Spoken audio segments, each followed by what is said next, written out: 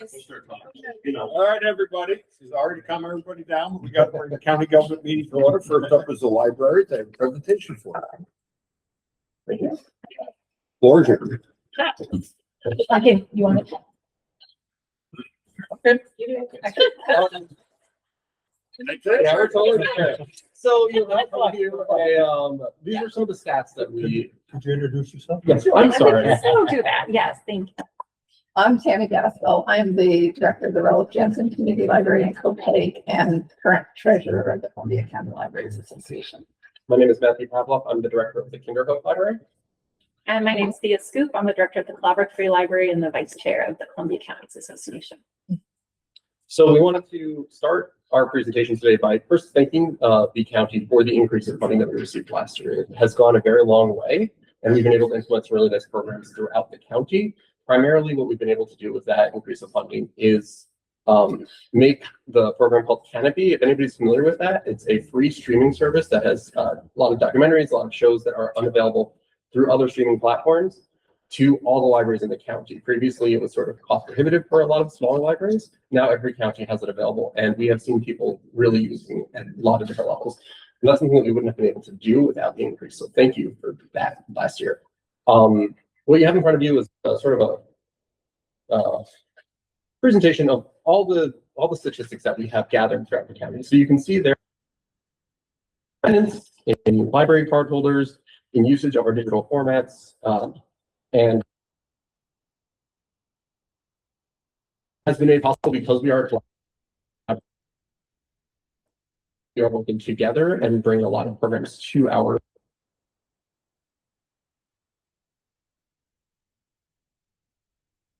able to access the resource for. That over to our treasurer. I would unique in a number of towns.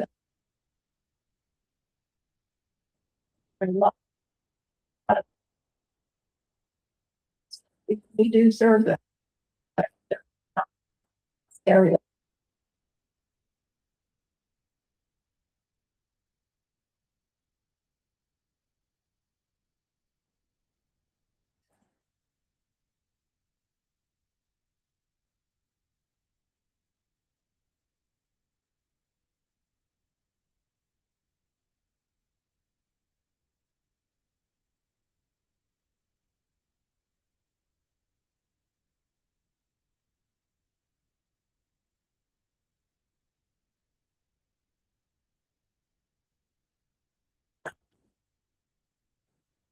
Helps a lot.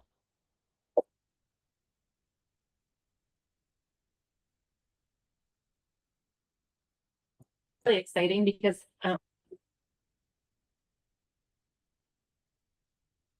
spaces, which is just wonderful.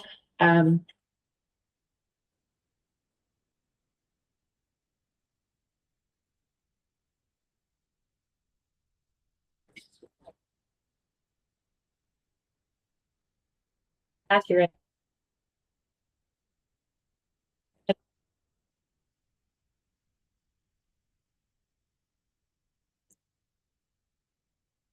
So publishers are significantly more expensive than physical books. So it just, and again, we want to make them available.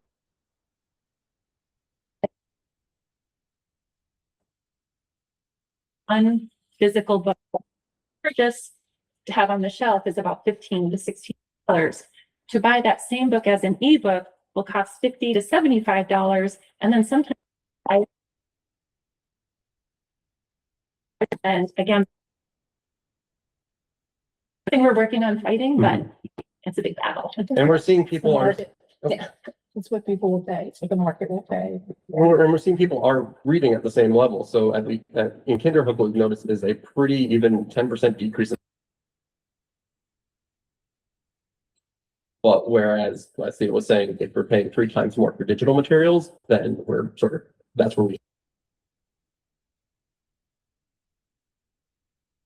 think if the economy is going bad or they're finding that their utility expenses are going up, we see more and more people using our services because they, a degree in their taxes.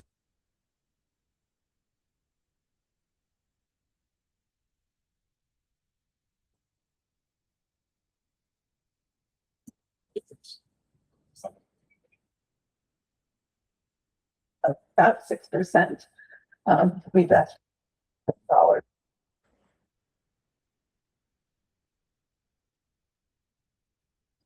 We're still kind of catching up those years. We didn't get an increase. And as Thea pointed out,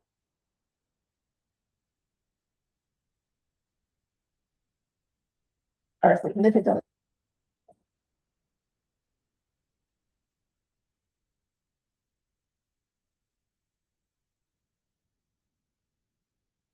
Exactly. Maybe about some library.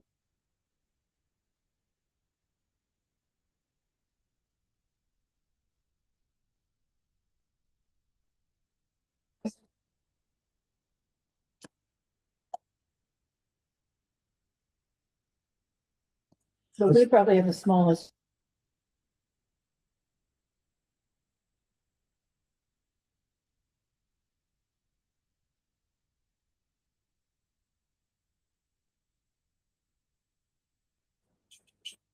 Yes.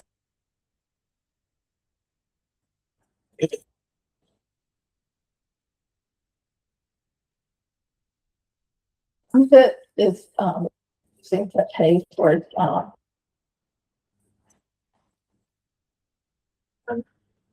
that is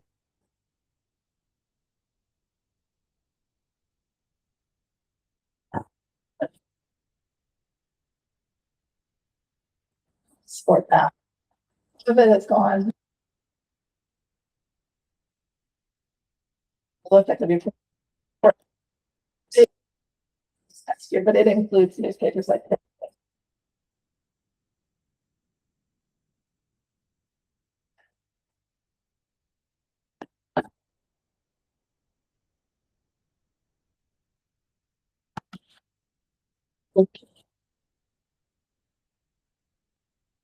If you pass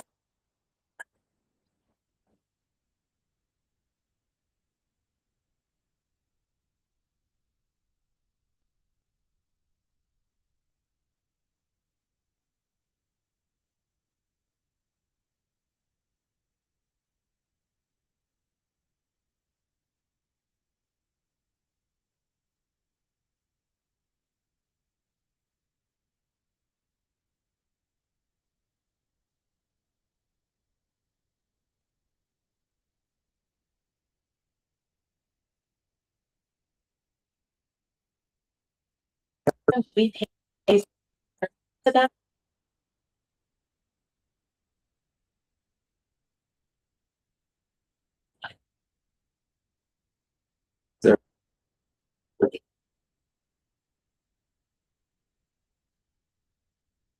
not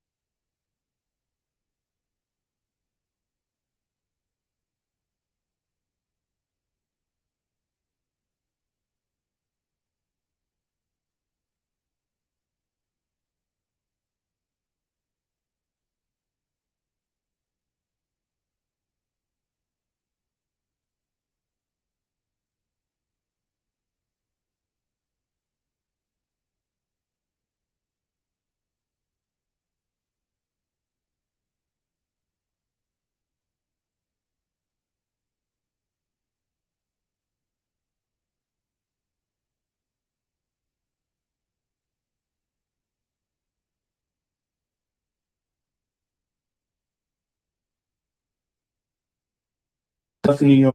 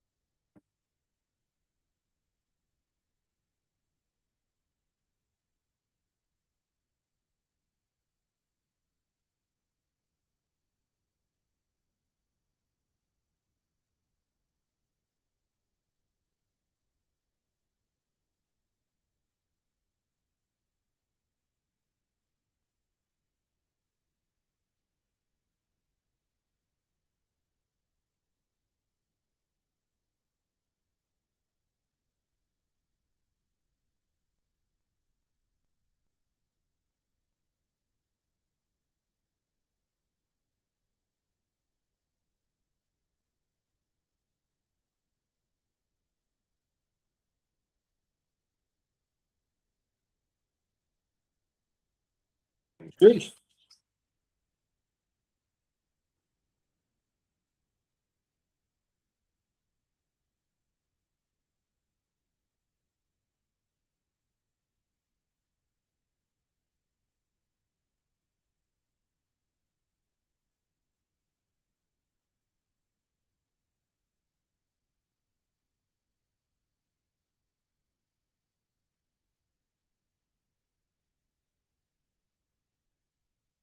Be that.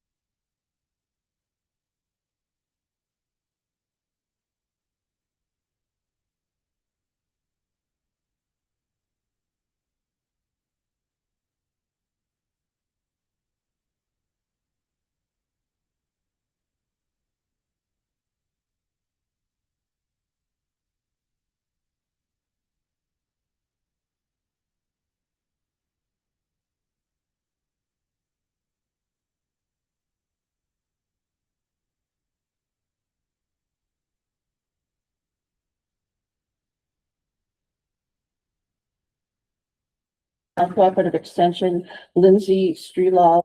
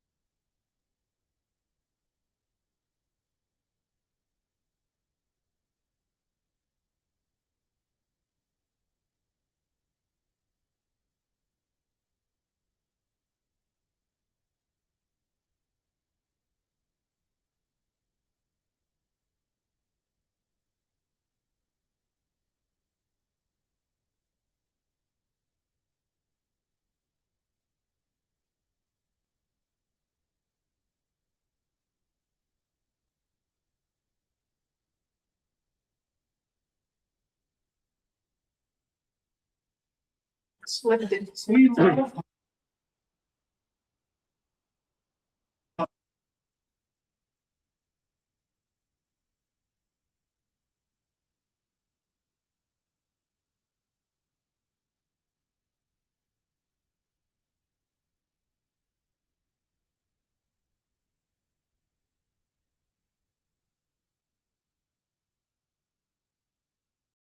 To bring the August Public Works to order. It's a beautiful night out. We'd rather go outside and enjoy the day, so.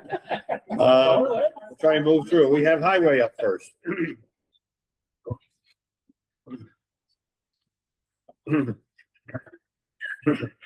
Hello. All right. We are continuing our mowing of everything. And, That's no shot this year, is it? we picked up again on our hot mix patching the roads. We had a little delay because it's the same crews that are doing a lot of storm cleanup. Our maintenance, bridges, roadside maintenance, sign maintenance, a lot of storm damage. That seems to be a monthly, if not weekly, item. Addressing some site distance issues, we completed 156 miles of pavement marking on county roads and 23.19 miles of pavement marking on town and village and city roads for a total of 179.19 miles. We completed 5 miles of shoulder reconstruction on county routes 21C and 21 in the towns of Ghent and Hillsdale, and cold in place reclamation began this past Monday, and they're moving along pretty good until it broke down this afternoon. So we'll see where that goes, but they're making good progress out there. And we completed 6.6 miles of shoulder reconstruction on County Route 29, and the contractor decided to start the hot in place recycling on County Route 24 out in Holligo because that was the size head that they had on the machine. So they started out on County Route 24 yesterday or the day before, and then they'll be moving to Spook Rock Road after that. And all of those roads, obviously after that, will be hot mix paved once we can get Kyle Russos in here to do that. Personnel update, we have 2 employees out on workers' comp. We have 2 employees out on extended medical leave. We had 1 employee out on a leave of absence. 1 employee has been terminated and 1 employee has retired. So we're doing good. You and Wendy talking or something lately or what? No new business and some resolution requests. Before you move on to that, just on the striping, how are we keeping up? I know that when the price went up a few years ago, we weren't really budgeting enough to keep up with all of that. Are we back to keeping up now? No, we still don't get to do all of our roads, so we kind of been prioritizing. Yep. Some roads we that are higher traffic or we need the striping a little more, we make sure we hit every year. Okay. The other roads are every other year. We alternate between them, and we've been doing. But they're maintaining acceptably. Okay. Yeah, and we've been any roads that we are paving out of chips. Yeah. We are striping all of those out of chips. That's right. Yeah. We're including that in Okay. the chips. So that's been saving. Cover it a little bit. Yeah. Okay. All right. Yep. Thank you. Yep. And you need to do better than state roads, which are, we're not markings at all. And the prices have gone up, and like this most recent contract, we bumped up a little bit again. So Again, it'll be a little bit more for this year. So. First, the resolution request is to award the bid for snow stand items, numbers 1 and 2. Motion second, all in favor? Aye. And as you can see on that, we only received 2 bids this year for snow sand, so. It gets less It's be and less harder to every get. year. Yeah, it's getting harder and harder Gonna be to a get. big challenge in the Yeah, future. absolutely. We're not supposed to use salt, but we can't get sand. So. Is Right. Because these dairy farmers are hot on sand. that what it is? All right, next is authorization to fill 1 vacant budgeted position of motor equipment operator. Motion and second, all in favor? Aye. Next is to create and fill a pool of 6 seasonal labor positions in the highway department yearly for the period of November 1st. Second. Motion and second, all in favor? And And how are you coming with doing that? what's that? Do you feel you can find them? Well, you know, the last few years, we've actually gotten more applications than positions. Good. And we've had instances where somewhere in that they either leave or take a full-time spot, you know, and then Good. we end up with the opening all winter. So this will give us the ability to fill it as soon as it's open. Very good, thank you. Yeah, absolutely. And the last is to purchase an 80-inch six-way Bobcat dozer blade, for our Bobcats. Move it. Motion and second, all in favor?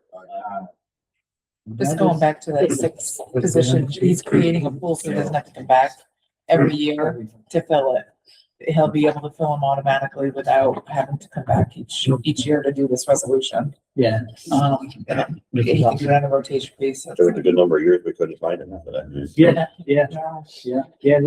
Labor spots, we seem to be having a pretty easy time with. It's the CDL spots that we're having. Yeah, I need going to Stuyvesant too, so. Yeah. Send her off. Labor or CDL? I'll even train, I don't care. Well, bravo, Johnny, to your staff for all the flood damage you guys had to deal with and how quickly you got everything online. It was great work. Thank you. Any other questions for Tony, Brenda, yet? When you do your sand and salt purchases, do you do that in bulk once a year or do you do it multiple times over the year? We do it throughout the winter season. We usually start prior to the start of the current winter season.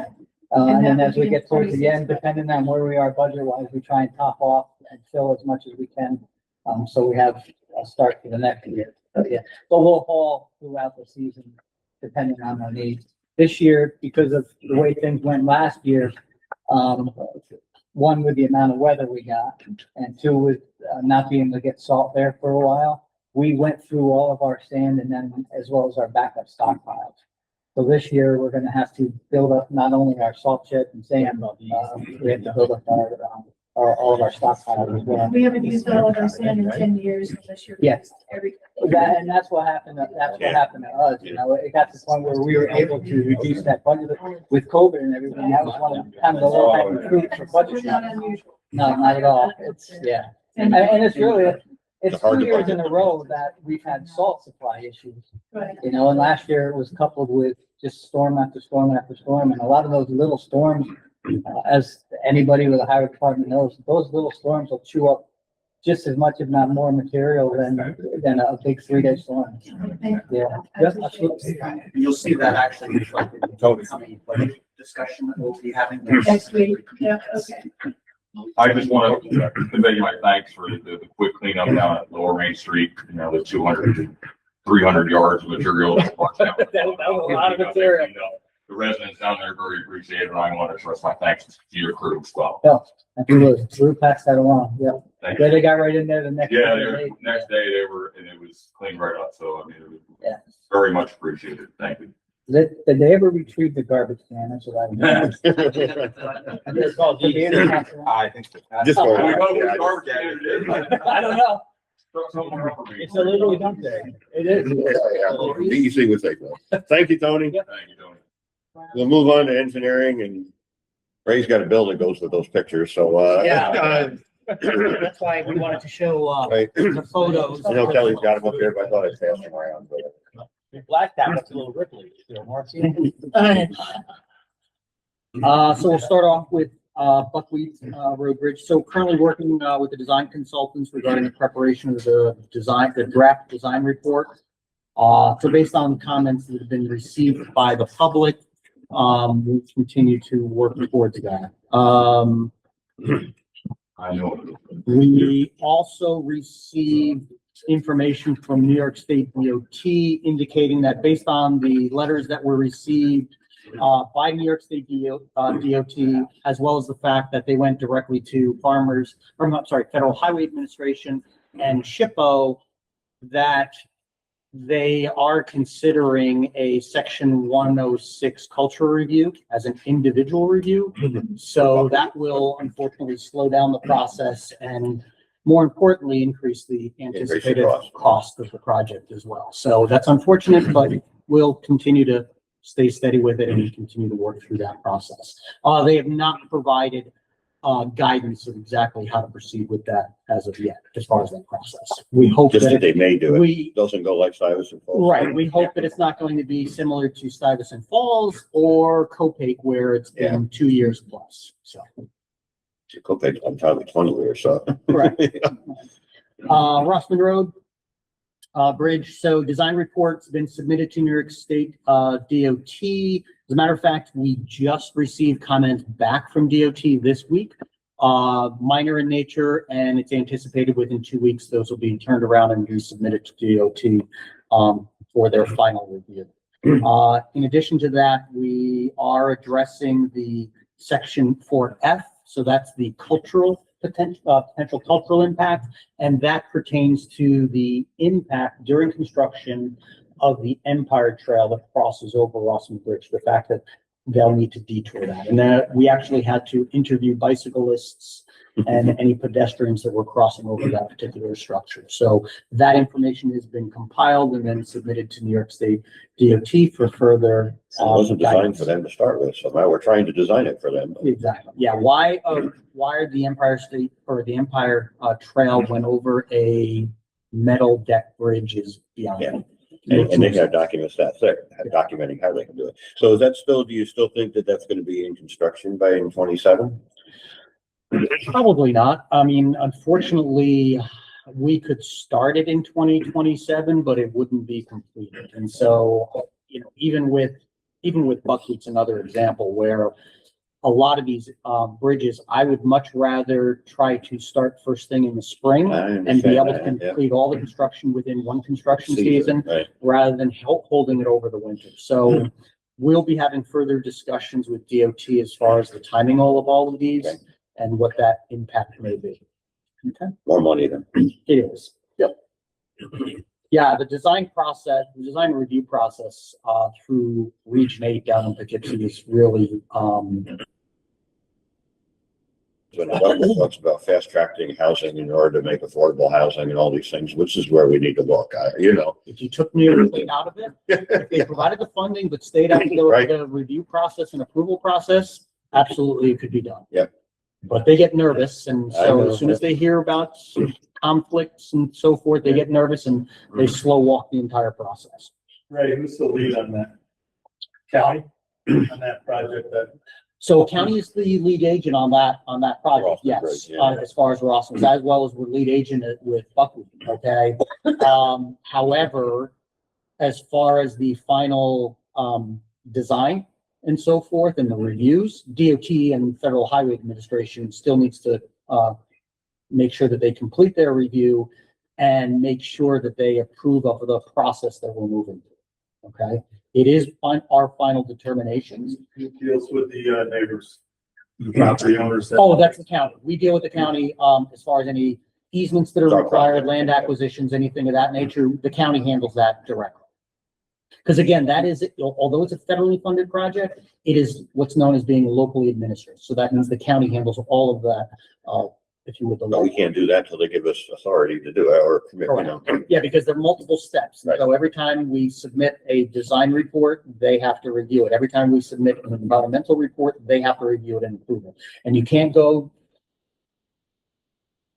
All right, and you have items A through D. You have to go through item A, get approval before you go to B, before you go to C. Before you go to D. Painful. Stuyvesant Falls, so consultant is gathering and preparing supporting data regarding an update on the purpose, need, and objective as far as the overall project, which we've done in the past. DOT is requesting additional information regarding that to bolster our position. And in addition to that, we are waiting the final bid documents from the consultant regarding the bridge repair. So I've reviewed the design plans and the details, which have been fine. I provided some minor comments to that. And so we're just waiting for that final design package. And as soon as we get that, we'll be able to put that out to bid with the hopes that we'll be able to get bids in and get that repair done before snow falls this winter. So that way it can be reopened. Okay. When I shared this with my town board last week, they said the purpose and need is real simple. We need a bridge we can drive over. You know, so. One would hope that DOT would find it that Yeah, way. right, but they, yeah, I don't disagree We with had that. people simplify it, Yeah, but that's not gonna yeah. work. I Seems know. like the neighborhood will want a little more. Yeah. County Route 7A, public comment period. So we've been advertising for the draft individual 4F. So this process has been completed. DOT signed off on it, SHPO signed off on it. Finally, Federal Highway Administration signed off on it. Once they sign off on it, there's then a public comment period for anyone in the public to comment on it. So that public comment period, it's not a public hearing, but it's an open public comment period. The documentation is available electronically, county site as well as the town site, town website. And again, that will be open for public comment until September 27th. Okay.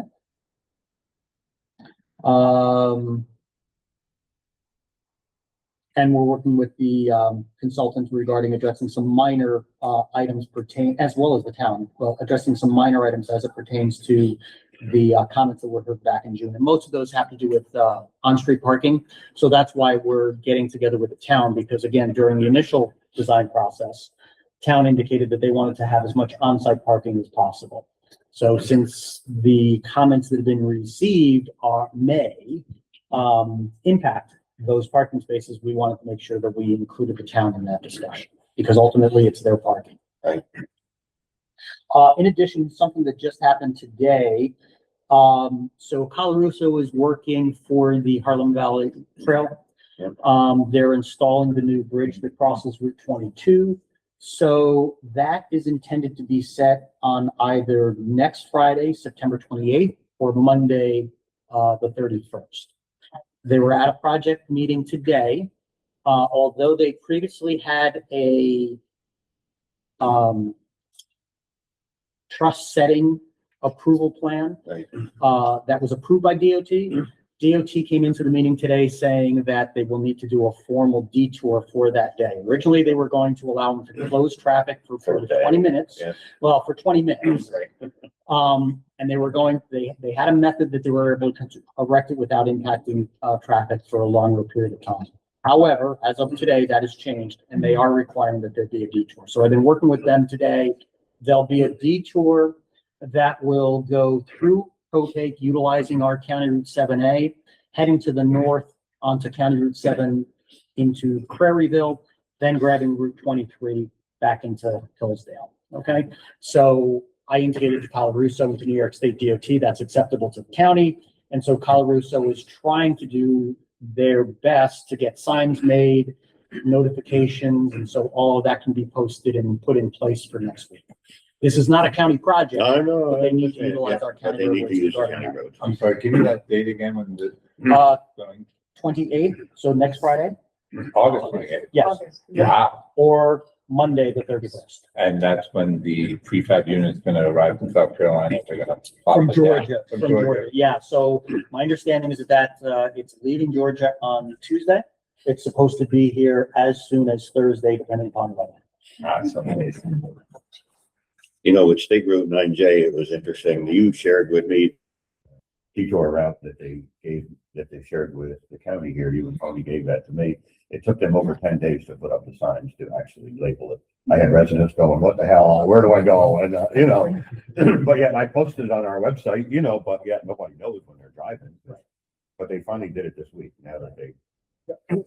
I've been in contact with the Supervisor Wolf of Town of Copake, so he is aware of this. I notified him today as soon as I found out about this. And I have forwarded him a copy of the proposed detour route. Great. And I've also shared that with his highway superintendent. Thank you. Buildings, 11 Warren Street, so all departments have moved into 11 Warren. So again, Board of Elections, Probation, Public Defender, and Conflict Defender. We're working to address a few minor items that have been identified during the move, and we're still just awaiting the countertops and cabinets for the kitchenette areas associated with probation and Board of Elections. I would like to thank the departments that moved in as far as making that transition smooth as far as our facilities, making that move smooth for our facilities department. Thank Highway and Solid Waste for their contributions, but really also would really want to point out the facilities department, the hours that were spent fitting out that building, as well as the move, also working on weekends, as well as MIS that did a fabulous job working over a weekend to get servers moved, to get cabling completed, so that way when those departments moved into their office spaces, that their computers and telephones were operational. So wanted to make sure that we pointed that out and, thank them for all of their work. And Ray, I offered that thanks to Chris at county government just now, but I did announce that full board last week too. And I wanted to give you kudos for all of your coordination work in that right from the get-go of designing it and getting all the contracting work done and moving. So we thank you. Thank you. It was an exciting project for the county. Yes, it is. I was down there Monday and most everybody's happy. So Ray only got a couple more gray hairs. from Okay. me. Just a couple. Just a few. And a few sleepless nights, yeah. Yes. Also regarding 11 Warren, we actually had a very productive meeting, regarding the building exterior. So that was with the work group, trying to work out some particulars as far as building materials and what that might look like. So we reviewed, the comments that were received, from the public, as well as the information that was received from the online electronic survey, and got a lot of good input from the work group. So right now, architects are in the process of creating sketches of what that exterior may look like. Once we get that information, I'll be going back to the work group, finalizing any items with them, and then actually bringing it for public works, and then I'll eventually pull it. T111 all the way across. Airport. Excuse me. So construction on the terminal building is started. Richmore Aviation has moved into their temporary office trailer. So that way the contractor can start the abatement process for hazardous materials. Again, keep in mind that building was built back in the 60s. So a lot of asbestos materials in the flooring. But that seems to be going well as far as that prep work. And we do anticipate that the abatement will take place during the week of August 17th. In addition to that, on August 11th, the county received a contract from the FAA formally awarding a grant in the amount of $887,000 towards the terminal building improvement. So that was fantastic timing as far as that. that's great. We were 5% on that. 10? On the entire 3.2, the entire contract amount was 3.2. We were sitting at about 10%. Okay. Because part of that was state funding where we were 25%. And then for this portion, yes, we were 5% on this 887. But PJ's always appreciative these payments come quickly from FAA when we submit them. So it's, funding comes in. It helps out with the cash flow. Yeah, right, for cash flow.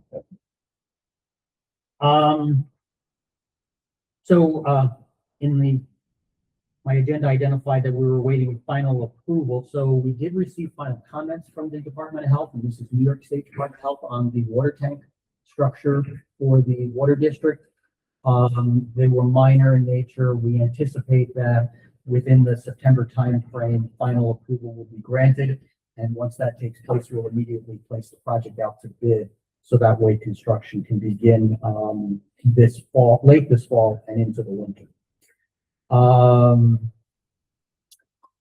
We had also been contacted through, by New York State Empire Development Corp. With respect to additional information and documentation pertaining to our county infrastructure grant. And this is round 2, where we had requested an additional $500,000 towards that project.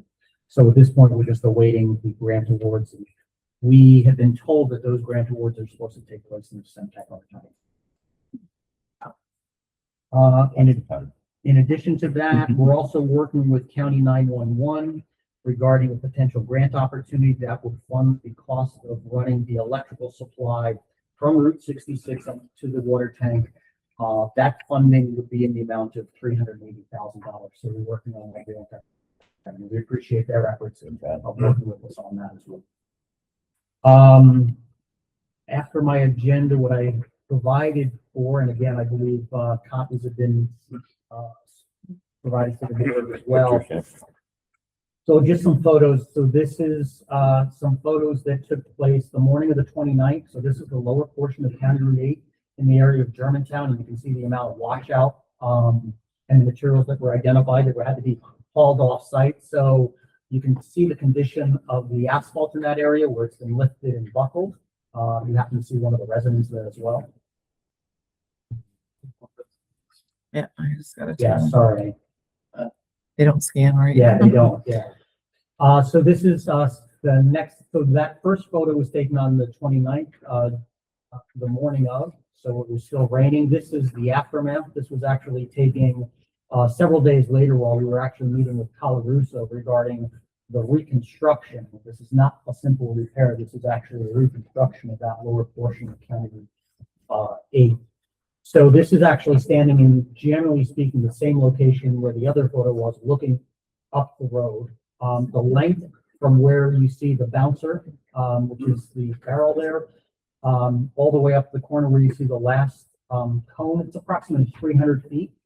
Not very long, but severely damaged. Not only the washout area that you can see in the lane heading downhill, but a lot of buckling and undermining of the roadway on the lane heading up the hill as well. We'll get another photo showing the depth. You can see the depth of that washout. That is a, you know, we lost the entire lane as far as the washout in its entirety, and that depth of that area is sitting at about 4.5 feet in spots. The one saving grace, and if you go to the next slide, the one saving grace for us, and I know when you look at the cost proposal from Colarusso, you wouldn't think so. Luckily, the drainage remains intact. So all of the piping and all of the structures remain intact. We do have to do some work on the grates themselves, but luckily the drainage structures themselves and the drainage pipe were not affected. The joints continue to remain tight, so we don't see any issues and need to actually replace the structure, the drainage piping or the drainage structure in their entirety. And the sewer line, the main sewer. And line, yeah, the and yeah, gravity line and the pump line back up, no leaks. correct. Yeah, yeah, very fortunate. I could have been so, although this is very bad, it could have been so much worse. There is a section approximately 30 feet of retaining wall that will need to be reconstructed as well. Again, this is on the inside corner. There's a residential building located just on the downside of that. But what I wanted to show is, again, this is the opposite side of the road. So this is the lane heading up the hill. The water came, there's a ravine located behind the brick building down in this area. It's a warehouse. That water had filled that entire area. That entire ravine came down the driveway right where this telephone pole is. During the storm, that was grass. There was no asphalt there. And what happened is that the stormwater went into the grass area, started eroding that grass and eroded the soil. Once it eroded that soil, it then started running underneath the pavement.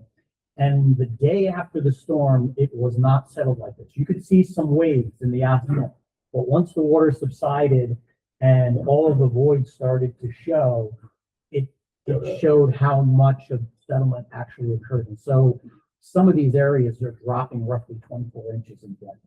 So it's, again, the full extent. And so this is not simply reconstructing the one lane, it's actually reconstructing the entire roadway surface, both lanes, including the shoulder areas, as well as replacing the retaining wall as well. That telephone pole was hanging off. It was hanging off the wires, and when we arrived, National Grid had a Yeah, truck. they had the truck up with it, Yeah. with their drill truck. with the And we had to clamp give them clearance. holding the pole. We had to give them clearance that they could backfill that area, because there was actually some exposed drainage that they didn't want to bury until we gave them the okay. Yeah, right down there. They give you a price on that? Yeah. Yeah. We have the resolution. Resolution. So there is a price, and there was a proposal that was submitted as part of this resolution, and they have estimated a not to exceed of $490,000 for that reconstruction. Now, again, keep in mind, this is a not to exceed number because, again, until we get into it, it will be done as a time and materials project. So we have requested a not to exceed, and that's where the 490,000. And again, It could have been so much worse, and we are requesting that it be considered an emergency. Because again, right now that roadway is closed as far as all access down, into that area. So not only does that impact, the residents, because there is a small roadway that they could take down, but it actually impacts the, town sewer, department because, and in town infrastructure, because there is a sewer pump station located at the very bottom of that. So again, if anything needs to be done as far as access to that facility, that could be problematic. So we want to be able to get started on this as quickly as possible. Director Harrison mentioned yesterday about FEMA applications and the aggregate county losses, which are only at 2.8 million, which would qualify the county, but the state's gonna have a difficult time applying for federal aid. That is correct. Yeah. So we did submit this, along with the other projects, and damage that the county received. So we actually provided all of that, to the county, and to FEMA. And yes, we do need that, but since it was fairly isolated to the Hudson Valley, again, Columbia County, Rensselaer County, Greene County, I have not heard of severe damage, down into Dutchess County as well as, Putnam County or Westchester. So it is fairly isolated. So that has been the concern of whether or not the state will meet the criteria. You said the drainage is still intact on this, so what are they gonna be doing when they reconstruct the road? Are they be improving the drainage, so this doesn't happen again? So what had happened was, upstream of this area, from what we can tell, okay, upstream of this area, like I mentioned, it's a very deep ravine. I would estimate 25 feet at least. And it runs from the northerly part of Germantown. There was evidence found within our catch basin. So that structure, or those pipes are 48 inches in diameter. And the structure is very large as well. So we found evidence that, there were logs, excuse me, that were cut in lengths. One was approximately 3 feet in length. The other one was sitting at about 24 inches to maybe 30 inches. And that actually we believe it came downstream during the storm, came into the pipe and got lodged into that lower catch basin. Once that happened, that's what caused the backup. So The culvert wasn't functioning. correct, it was blocked. So again, not only by the logs, but all the other debris that was following. So one of the things that we propose to do is we're looking at putting in what's known as a trash grate on the inlet side of that culvert. Now, that's a double-edged sword as well, because again, it's a constant maintenance. So The small rock, just so that everybody's aware of the rise from the bottom up to where the ravine he was talking about a 40-foot elevation. About 40 feet. From the lower end of Main Street up to the borders that he's talking about. So it backed all the way up, started flowing over the ravine, down the driveway, came around the corner and washed out, like you said, where the grassy area is. So the smaller grate will clog up quicker with smaller stuff. yeah, and again, so that's one of the problematic items. And again, it's good because we can take care of the larger debris, but it becomes a maintenance hassle, having to But it constantly was be a bit aware of of a freak it. situation, I think. because Yeah, I mean, again, nobody expected the extent, again, especially down in, well, you saw it up in, Stuyvesant and areas. Germantown was hit extremely hard. There are areas within Germantown that were flooded that I've never seen any flooding. I'm talking to folks that have been there. I've lived there my entire life and I've never, in 55 years, I've never seen flooding in areas that. Yeah, there was another section of County Route 8 that was flooded, by what's known as the fire pond, Right. where folks said that it was about 24 inches over the county road. And I've never seen that terrible. I've seen that flood. I've seen it flood, but not to that extent, not to that extent. And keep in mind, this storm event, and when you look at Kinderhook, so again, the reported item or the reported rainfall, in Kinderhook was close to 11.5 inches, 11.4 from what I had heard. People say they got 13, 15. Over like a couple hours. Right. So that's my point. So when we look at a 100-year storm in this area, 6.5 inches in over a 24-hour period.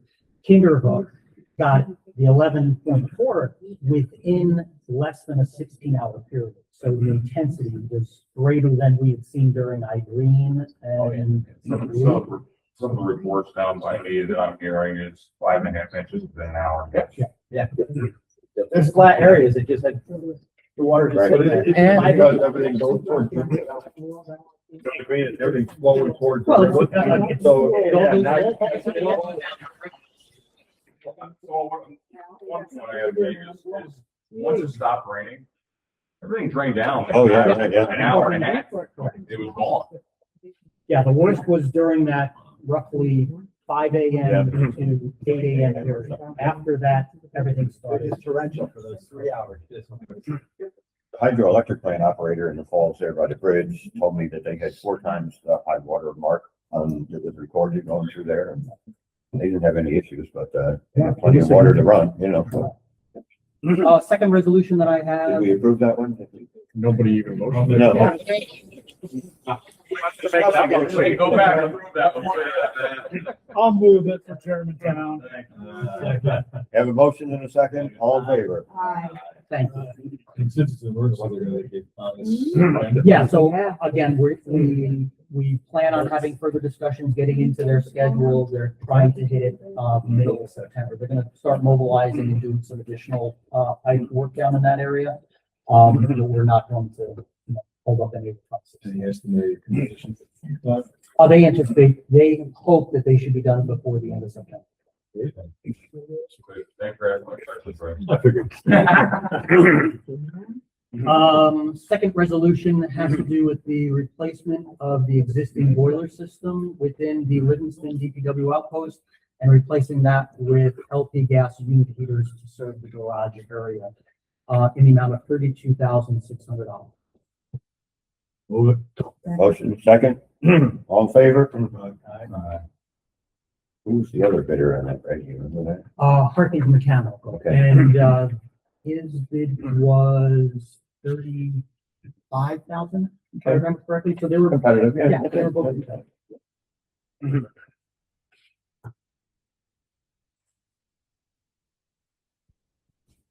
Any other questions? All right, any other questions for Ray? Sorry that I was long-winded. What?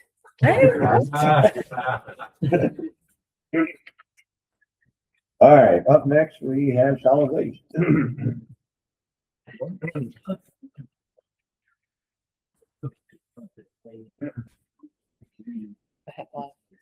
Nice. Well, as presented, it's kind of. a treat.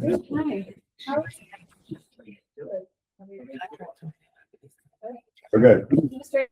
We're still short staffed, but I have great news. We hired someone and they're starting on Monday. All right. So our office will have another employee starting Monday, which is very exciting. We are currently preparing our 2027 stickers, recycling stickers for distribution. I distribute them in November, but I just looked at the calendar and they'll be able to go for sale Monday, November 30th. Because the December 1st is a Tuesday, so we'll just do Monday, the 30th. Our town clerks will be great. Well, it's in one extra day. Yeah. Christmas It's in present. November. Right. There, yeah, they got a November sale. We're still working on that biannual update. A lot of challenging part of that is just getting the numbers through state records and whatnot. And it's a little hard when there was only 2 people in the office, so I'm hoping to be able to bang that out in a couple of weeks once we have some telephone coverage in the office. Employee updates, our department has experienced significant loss this summer. I've had, sadly, we lost 2 of my part-time employees that passed away, both unexpectedly. One in mid-July, just after our July meeting, and one just a couple of weeks ago. So it's been pretty, Very sorry. yeah, it's been a bummer, for a lack of words. We also did have one resignation, so you'll see that in my resolution request coming up. So my Hillsdale station, my Livingston station, the guys there are sad, and the residents are all aware, and they've been very supportive. But just in case, you know, you hear anything over the next month or so, that's what's going on. Our operations roll-offs are still, the demand still is extremely strong. We actually were booked out of 30s for about 10 days. Which has been pretty great. Our top load, the volume is very high. We've had multiple building demolitions right here in the city that we've seen the material come to our station. So just as a gentle reminder, we can only load the number of empty trailers that we have on hand. And also we have a lot of material coming in. So it is very common during our busy season, which is the summer season, to have visible material. And also just keep in mind that it is summer and a lot of my guys are taking vacations. So we, you know, we're not allowed to do more than 2 drivers at a time on vacation. But it does create some backlog, but this is normal. It's normal. And our food scrap collection volume still remains steady. And you can see that all with our monthly reports. Just some great numbers, actually. So overall, we're up 17% from 2025. The garbage, which is garbage / mixed garbage C&D, is up 20%, and then straight C&D is up 8%. Recyclables are up 10%, metals are up 17%. And again, overall, with the ups and downs, we're up 17%. So Good job. We asked for increased tonnage and you found it. we're trying. We are doing it. And then I do have 2 resolution requests, which is the first one. One is to eliminate 3 budgeted part-time labor positions. I'll definitely move that. Thank you. We have a motion, do we have a second? All in favor? And then my second one is requesting to create a pool of part-time laborers not to exceed the budgeted 17 positions that I'll have remaining in the budget.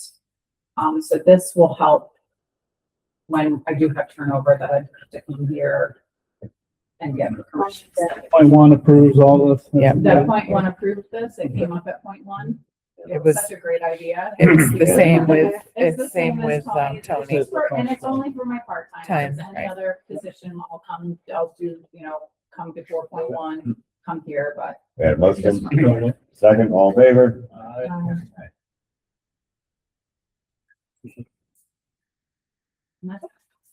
That's it. Thanks, Randy.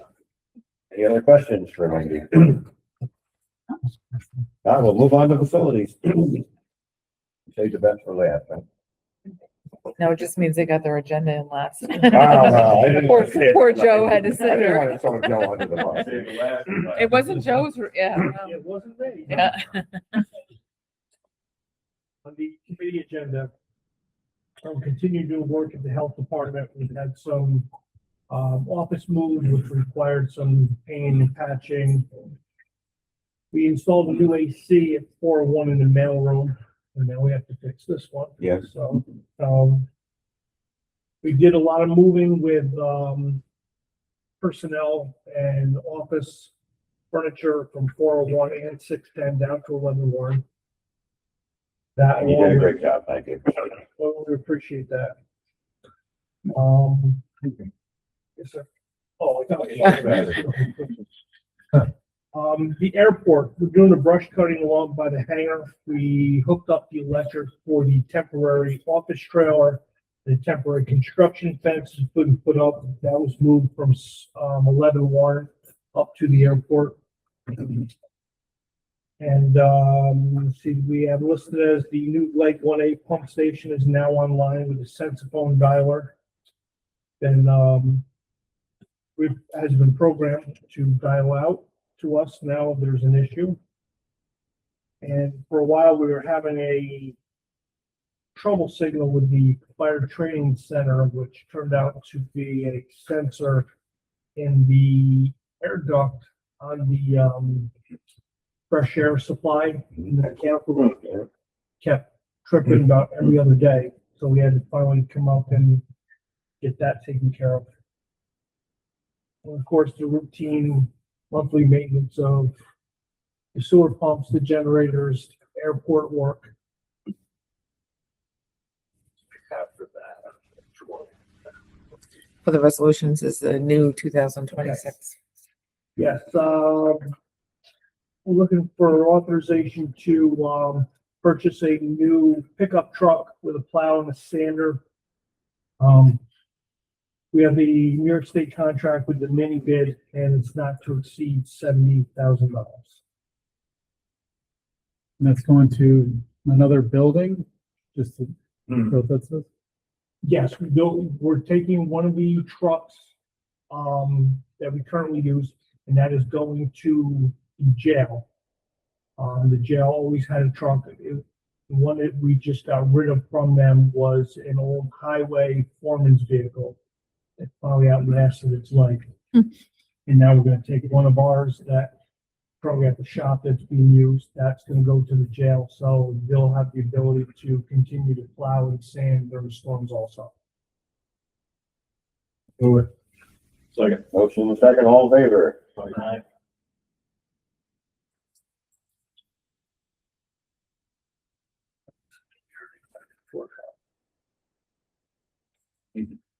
Iron security. Yes, there is, first one is for the courthouse. This is for fire, sound, and security.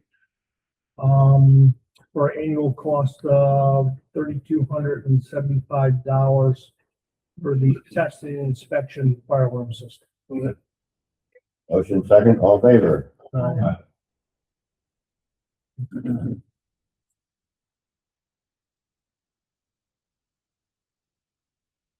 Spartan Chemical, this one too. Okay, so this one is for Spartan Chemicals, where we continue to buy all of our cleaning supplies. To extend the contract to 27. Motion and second, all in favor? Aye.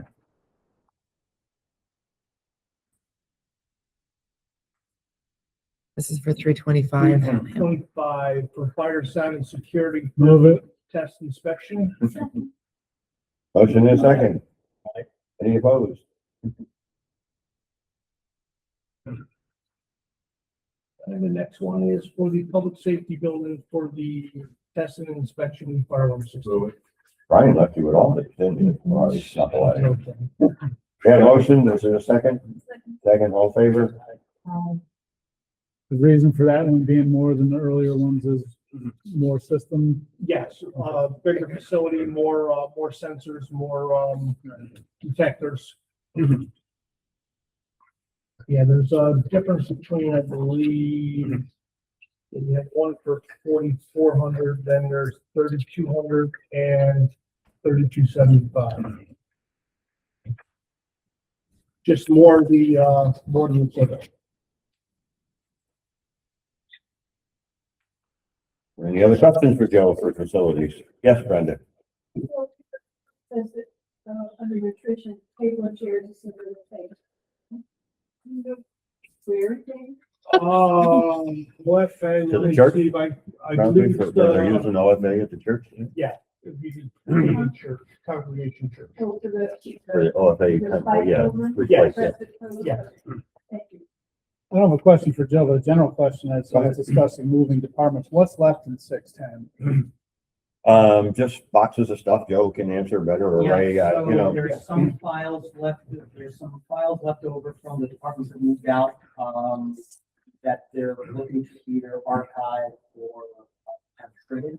In addition to that, the county clerk still has some files down in the down in the basement area, as well as the county restorer. They have materials that are stored in the locking key. How soon do we? Personnel, there are no personnel. No personnel. How soon do we envision putting that out for, full inventory? Chairman is Building meeting itself, with not the files. CEDC on Monday, I think, on that. Chairman was gonna meet with, CEDC and about marketing it, him and Rob. So hopefully next week we'll know something about a date on when, but soon. And we can, now that it's empty of personnel, it's easy to show it, even if there's some boxes there, but get a buyer for it. hopefully, so, yeah.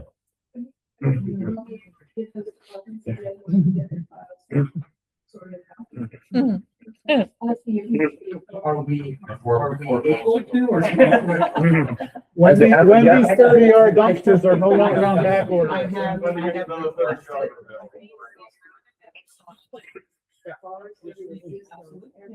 Oh, another thing on moving, Joe, there was talk, I understood that, and we heard last night in public safety too, Board of Elections is expecting to get some tables and chairs from the sheriff's office. That may not take place. Okay, all right, That was the original plan. Yeah, that was the original plan. okay, My understanding is that may have changed. okay, all right. Yeah, I didn't know if it just was a moving thing or not. They asked me and I talked to Rob Begonia and he said that they were waiting for us to get it out of there, so And we were waiting for the sheriff to tell us that we could get them there, and my understanding is that may have changed. Okay, all right, fair enough. As long as you're on it, I didn't mean to. No. You hear these things, Well, originally they were going to, originally 911 has the old backup 911 furniture that's in the base of 610. you recycle. Sheriff was going to take those vehicles. I sure do. There were 3 stations that are utilized. And since they're going to use that, they didn't utilize the tables and their. As of last week, my understanding is that they're no longer interested in the old 911 furniture and they'd rather hold on. That's the last I heard. I haven't. But that's a hot position. We don't.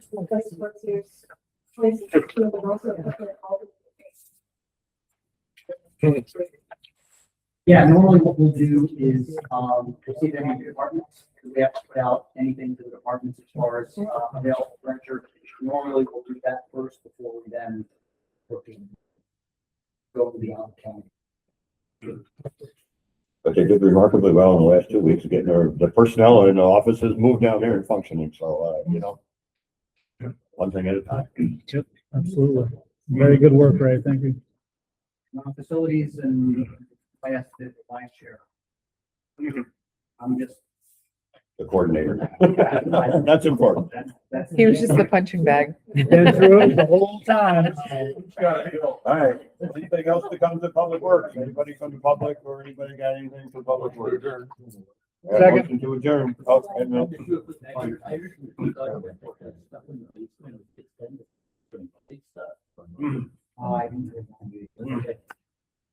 All right, we have a motion in a second. All in favor? Hi. Gottlieb, enjoy the